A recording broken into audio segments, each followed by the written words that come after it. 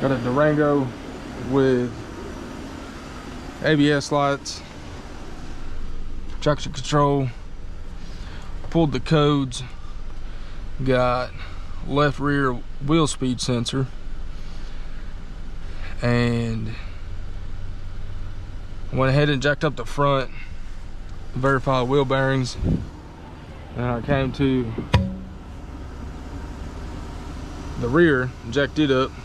Notice starting to get some rub on the rotor,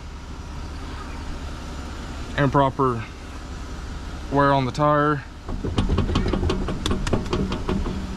and bad wheel bearing. So customer's gonna need a wheel bearing.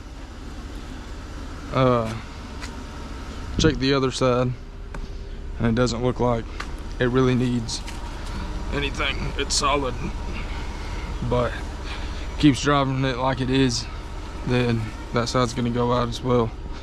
So that's definitely something that needs to be taken care of and fixed almost immediately.